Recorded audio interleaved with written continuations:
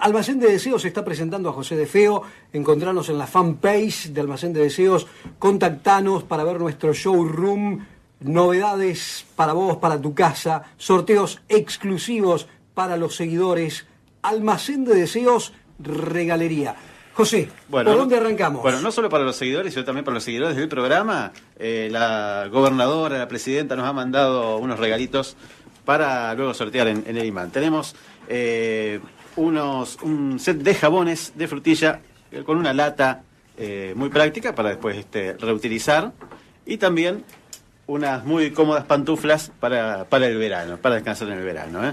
Así que los oyentes del programa luego podrán ganarse estos premios. Perfecto, gracias a la gobernadora. Bueno, que nos está escuchando seguramente. Bueno, decía que vamos a empezar con dos noticias cortitas. Una todavía no está confirmada, pero la vamos a tirar igual, porque algunos medios la dieron como confirmada. Yo quiero justamente confirmar que no está confirmada. Se está diciendo que... ¿se acuerdan que en la columna pasada hablábamos de la canción del Mundial 90? Y nos preguntábamos al final quién haría la del Mundial de Rusia.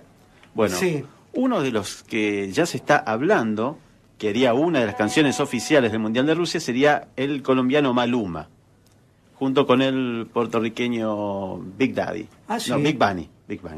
Se dio... Bad Bunny. Ahí está. No confundir con Bugs Bunny, que es de otra nacionalidad.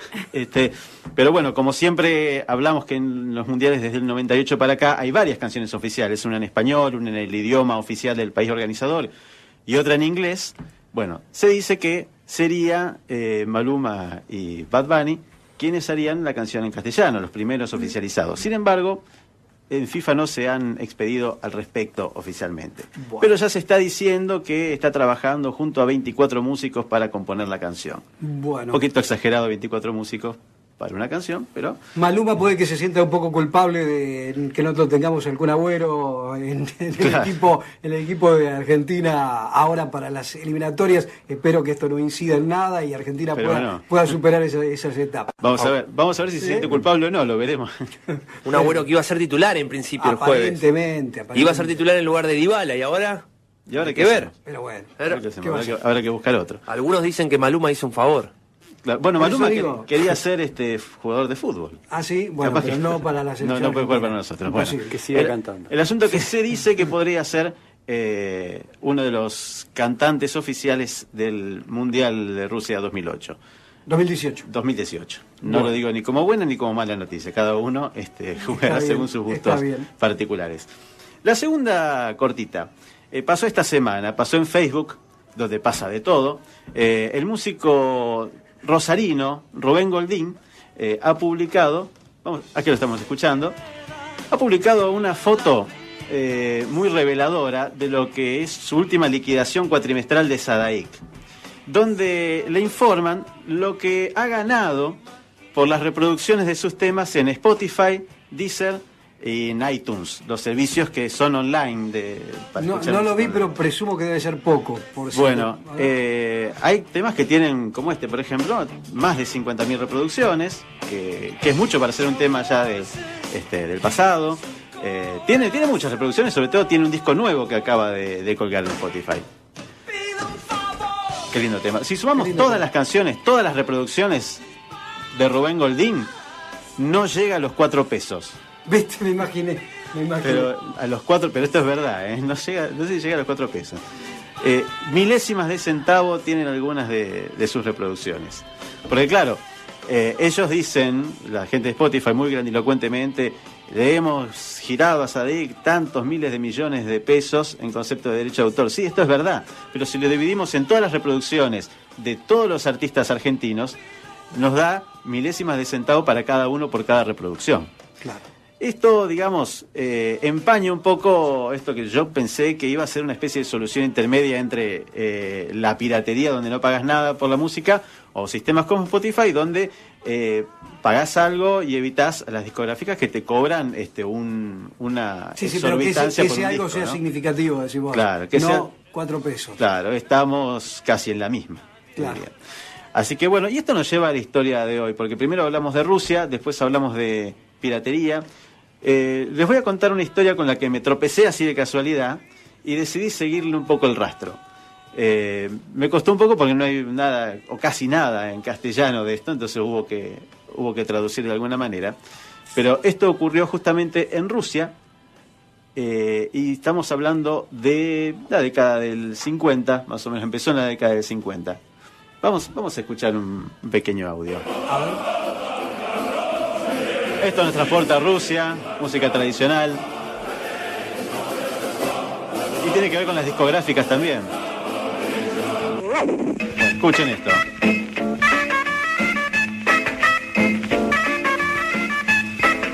Bueno, acá estamos escuchando música al azar, un salpicado de distinta música que tiene unos pequeños ruiditos a fritura. Escúchenlo. No se escucha muy bien. No se escucha. No se escucha muy bien. ¿Saben por qué? Porque, ¿saben de dónde está? Esto, bueno, si bien está digitalizado, yo lo traje en un pendrive, ¿saben de dónde está bajado? ¿De qué tipo de soporte? Puede ser un cassette, puede ser, no sé. Algunos hablan de un cassette, otros pueden ser un vinilo. Bueno, en realidad, esta música que estamos escuchando está impresa en una radiografía. En una radiografía descartada en un hospital de Rusia, luego rescatada por algunos ingenieros de la basura, y ahí, mediante una maquinita, se le imprimían los surcos como si fuera un disco de vinilo. Una radiografía. Una radiografía. Esta técnica se llama Röntgenisdat. O sea, Röntgen es el descubridor de los rayos X. Isdat, bueno, es una palabra que significa datos, data, escritura. O sea, en escritura en un rayo X. ¿Por qué se hacía esto? En la Rusia comunista, a principios de los años 50, había un solo sello discográfico que era del Estado, que se llamaba Melodilla. Se escribe Melodilla, no sé exactamente cómo se pronuncia, pero se escribe Melodilla con Y. Era un solo sello, lo manejaba el Estado, por supuesto, y ese sello, o el Estado, a través de ese sello, dirigía cuál era la música que se iba a grabar y a vender dentro de todo el territorio soviético. No quiero decir la palabra censura porque queda feo, pero sí, era una censura total, por supuesto, porque ellos no querían que determinada música se difundiera, sobre todo la occidental. Y no solo estaba prohibida mucha música occidental, sino muchos músicos rusos que estaban en contra del régimen también estaban prohibidos. Y bueno, muchos otros músicos soviéticos que no querían inscribirse en el registro oficial de músicos, que no precisamente estaban en contra del régimen, pero se tenían que inscribir en un registro oficial para poder tocar, para poder grabar, y esos músicos preferían quedarse por afuera. Entonces, solamente se podía escuchar música clásica, que era la música que este sello mayoritariamente editaba, y de afuera muy poquito de lo que venía de afuera. Entonces, ¿qué pasaba? Había un grupo de estudiantes de ingeniería, unos jóvenes que de alguna manera querían conocer la música de afuera, porque algo llegaba, pero no podía difundirse, era totalmente ilegal. Entonces crearon esta manera muy particular de piratear discos, de copiar discos para luego poder distribuirlos. Se llama Röntgenisdat y lo hacían en radiografías que sacaban, no es correcto decir robaban porque estaban descartadas en la basura de los hospitales, y en ese momento el papel de radiografía era un poquito más grueso, entonces se podía imprimir allí el surco giratorio como tienen los discos de vinilo.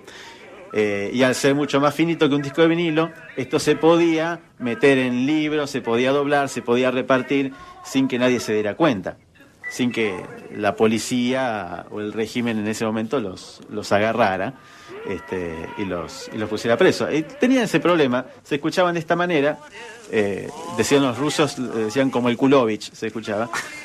Es una expresión rusa que significa se escucha mal. No me acordaba de esa expresión rusa, pero bueno, si vos lo decís, claro. No la había leído nunca. Bueno, ¿cómo llegaban los discos originales? Porque con un disco original se hacía el máster para poder copiarlos. Llegaban a través del puerto de Leningrado, que hoy se llama San Petersburgo. A través de ese puerto, los marineros que trabajaban allí, los trabajadores portuarios, o bien los diplomáticos que podían entrar y salir del país sin ser revisados, traían los discos de jazz, de los Beatles que empezaban a llegar, de todo tipo de música de afuera, y esto se copiaba, llegaban a estos ingenieros y se copiaba y se repartía. Se vendía en el mercado negro por 1,5 rublos más o menos. Había cuenta que un disco original costaría 6 rublos más o menos. Y por 1,5 rublos pueden tener un sencillo de una sola canción impresa de un solo lado de estos Röntgenstadt. ¿Cuándo se empezó a terminar esta técnica? Se dejó de usar.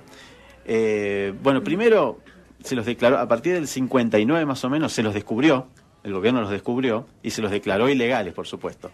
Y ya en los 60 el gobierno permitió que hubiera grabadores de cinta. El gobierno le permitió a la gente tener grabadores de cinta, que eran mucho más fáciles entonces de copiar o de hacer grabaciones en ese método, y se escuchaba mucho mejor, por supuesto. Y así es como se fue diluyendo un poco los Röntgenstadt. Alguna gente todavía los conserva. De hecho, se ha digitalizado, hay una página donde se pueden ver que se llama x-rayaudio.com. Se puede conocer toda esta historia y escuchar algunos de estos audios que estamos presentando acá. Pero no pueden salir de Rusia, porque el gobierno actual ha prohibido que este material salga de Rusia, que los originales, los disquitos hechos en radiografía salgan de ahí. ¿Por qué? Porque están considerados patrimonio histórico. Claro. Están considerados patrimonio histórico. Bueno, interesante historia que seguramente muchos desconocen. Sí, la verdad, bueno, yo también lo desconocía. Justamente cuando empieza la apertura, a fines de los 80 y la caída del muro de Berlín, uno de los artistas prohibidos, era Paul McCartney, lo invita el gobierno ruso a grabar un disco allá. Entonces él edita con músicos de allá y músicos que él lleva, un disco que se llama Back in the USSR, con clásicos del rock y algunos temas de él también, ya para el mismo sello Melody ya, que empezaba ya a editar artistas extranjeros muy de a poco. Muy bien, encontrá en Facebook Almacén de Deseos. Regalá o regalate. Atención que estamos hablando de la fanpage de Almacén de Deseos. Tenés que ver el showroom con novedades para vos, para tu casa. Almacén de Deseos, regalería. Se vienen acontecimientos importantes. Tenés que pensar en un buen regalo. Almacén de Deseos, regalería. Para abrirte la cabeza. Sorteos exclusivos para los seguidores. Y tenemos regalos aquí en el imán que ya vamos a ver cómo y de qué manera hacemos que participes, llamándonos, enviando los mensajes de texto. Gracias, José. Gracias, Un gusto como siempre.